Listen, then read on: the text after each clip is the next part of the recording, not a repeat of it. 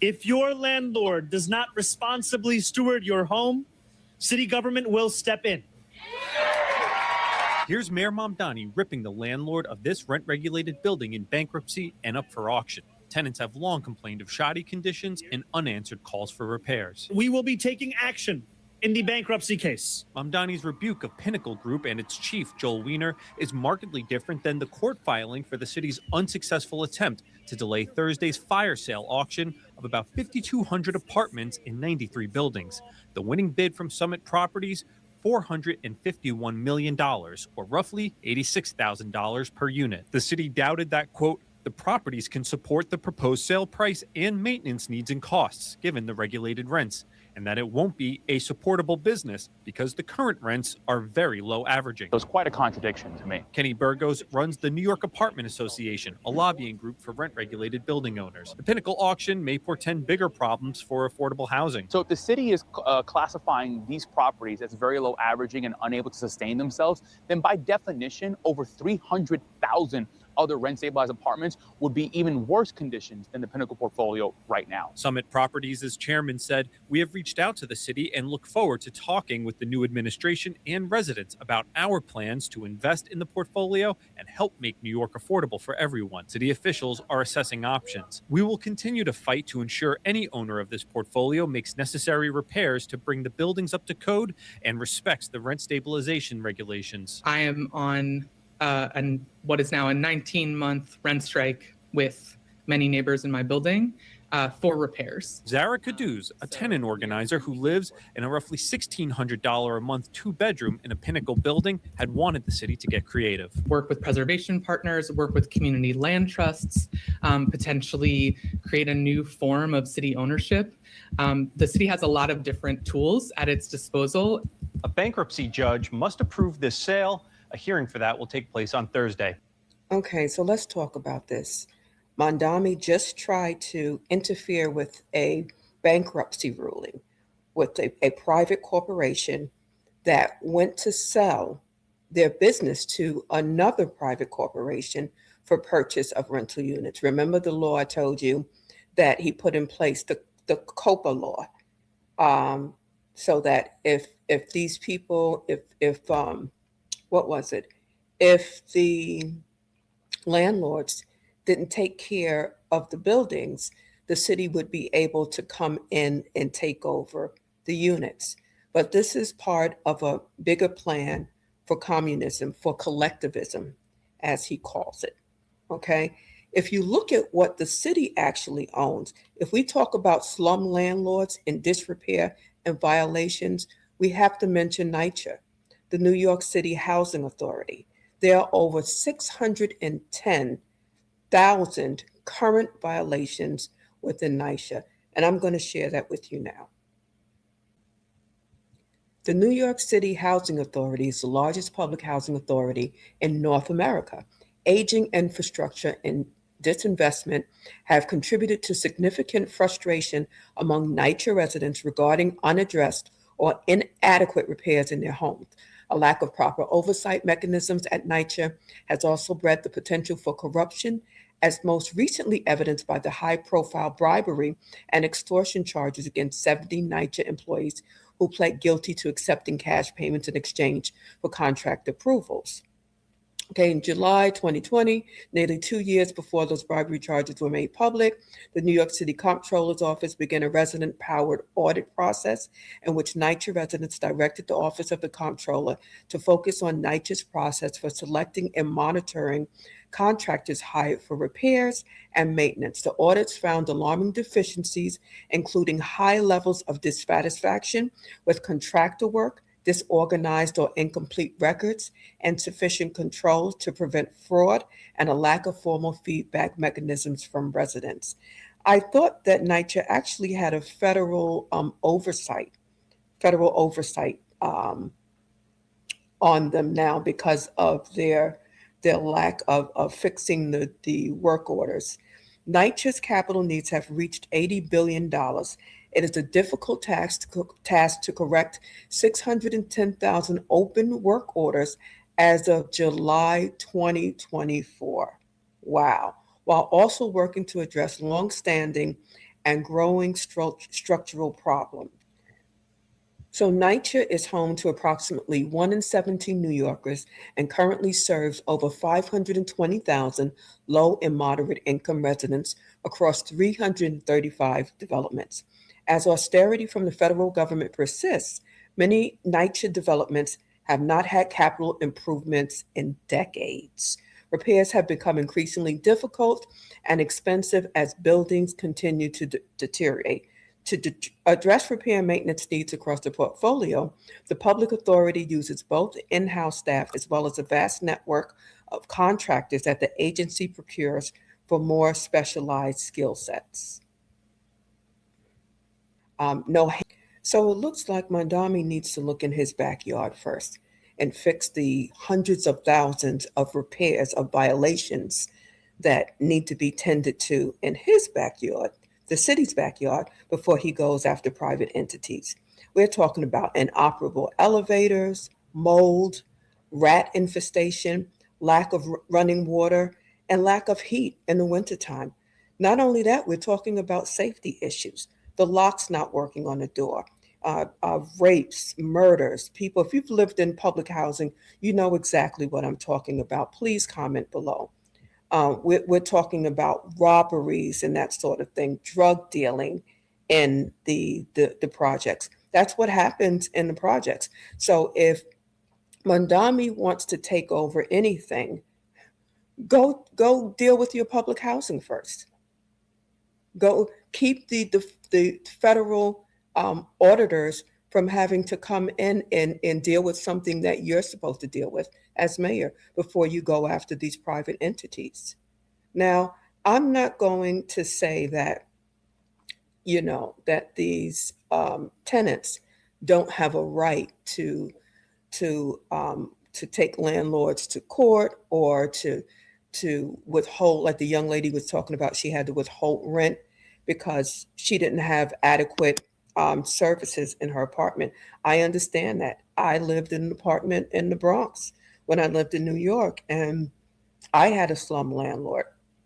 And this we had water. Actually, when it rained, the water would drip from the ceiling, and it got to a point where it would drip on my bed and wet my whole mattress up. We had leaks everywhere. So it got to a point where I stopped paying him rent and I took him to court. That's necessary. So I understand that. But the hypocrisy of going after a private landlord when this landlord he went into bankruptcy court. He was awarded the bankruptcy. And while he's trying to sell that asset to somebody else who's going to give him money for the property, and also has said that they have the money to fix the buildings. What are you doing, Mamdani, except for trying to buy these properties, take these properties over by the city, thereby going into your socialist network and owning everything and giving the people nothing and wanting them to be happy. That's the goal. That's the communist goal. I want to go to another article here which explains what's going on in detail. So as a U.S. bankruptcy court rejected New York City Mayor Zohran Mamdani's attempt to block a major real estate transaction involving the U.S. branch of Israeli company Summit Properties in Brooklyn over the weekend, the deal is valued at $451 million and includes more than 5,000 apartments across 90 buildings, most of them subject to rent regulation. For Mamdani, who has made tenant protection a core theme of his platform, the ruling represented a personal setback. One of the central buildings included in the deal is a neglected property in Brooklyn that he visited on his first day in office, where he publicly promised residents that the city would step in on their behalf. The legal battle intensified last week when city officials filed with the bankruptcy court seeking to halt the sale. The city's main argument was that the Israeli-owned Summit lacked the will or resources to rehabilitate the deteriorating buildings. During the hearings, the city presented data showing that properties already owned by Summit in New York have more than 780 open violations, including roughly 295 classified as posing an immediate danger. It's just funny that he's going after an Israeli company after he took away all of the protections due as protections in New York. The figures were supported by documents Summit filed with the Tel Aviv Stock Exchange. Okay, Zohar Levy, chairman of the Summit Group, told the New York Times that the company is deeply committed to the city and has already engaged with government officials to discuss ways to invest in the properties and make New York affordable for everyone. Okay, the court's decision underscores the challenge Mamdani faces in fulfilling his campaign promises, chief among them a rent freeze. While Mamdani has pledged to defend tenants, figures in the real estate sector warn that his policies could further worsen conditions in rent-regulated buildings. Absolutely, if you're increasing taxes, if you're imposing all of these regulations on private corporations, they're going to have a hard time, and fees and everything else. They're going to have a hard time fixing their buildings, and the cost to take care of a building is already high. You're talking about water, you're talking about heat, you're talking about the land itself. I don't remember how much each square foot of land is worth in Manhattan, but it's an astronomical amount. So these landlords that are trying to offer apartment buildings and make money in New York are having a really hard time because their overhead is high as well. And it doesn't mean that they shouldn't take care of their properties. Absolutely. I believe if you're going to go into any kind of business, you need to be excellent about your business. And it looked like Pinnacle was trying to do the right thing. I remember this company being in the news before, where they were at a point where they couldn't afford to, because of the rent stabilization, they couldn't afford to make the repairs on the building. So they did want to sell it. So I don't know. And I just think it's also hypocritical from someone that used to make $149,000 and lived in a rent stabilized apartment. If you cared so much about these people, then why did you take one of the apartments that could have been afforded to someone that really needed it and rented it yourself? When you made I think it was 30% of the rent, 30% of your salary had to be attributed to rent. He was over that mark, that benchmark, by almost $2,000. Let's read that.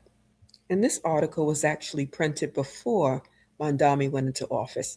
So the 6-story apartment building in a gentrifying section of Astoria, Queens, would be unremarkable were it not for its famous tenant, Democratic mayoral nominee Zohran Mamdani. But now the residence is at the center of a debate over whether Mamdani, who earns $142,000 a year as an assembly member, should be able to live in a rent-stabilized one-bedroom apartment costing $2,300 a month. Now, that's very low for New York City. His rival, Andrew Cuomo, says no. The former governor argued that Mamdani was stealing affordable housing from the poor. He pitched Zohran's law, which would mandate that newly vacant rent-regulated units be rented only to New Yorkers who pay at least 30% of their income in rent. The proposal has sparked an ongoing conversation among many New Yorkers about the cost of living and whether Mamdani's focus on affordable rings hollow. But most people who live in or near Mamdani's building said Friday that they didn't think the assembly member's income should disqualify him from renting his apartment. It's just something they're trying to use against him, said Barbara Souza, 47, who lives in the building and has spotted Mamdani leaving in the mornings. I guess she thought she'd get brownie points. It's not indecent or immoral, no. Mamdani has said he moved into the building when he was making $47,000 a year as a foreclosure counselor. He said he was unaware that the apartment, which he found on Street Easy, was rent stabilized. The building has an elevator and a laundry room. Wow, look at that. So Mamdani, assemblyman for that district, did not know that the apartment that he lived in was rent stabilized. He didn't know, it's not like he had to sign a lease every year or every 2 years and report his income. So how would he know that it was rent stabilized? And this is the garbage, the stuff that he hid and did while he was nominated as a mayor, to become mayor of New York City. Okay, that and all of the fake promises that he told these people, the free buses. I know he's working on universal child care. We'll see how that goes. But it's a crock of nonsense. So let me know what you think about the judge stopping Mamdani from being able to come in and swoop up those properties from the private owners. Do you think that was the right thing to do?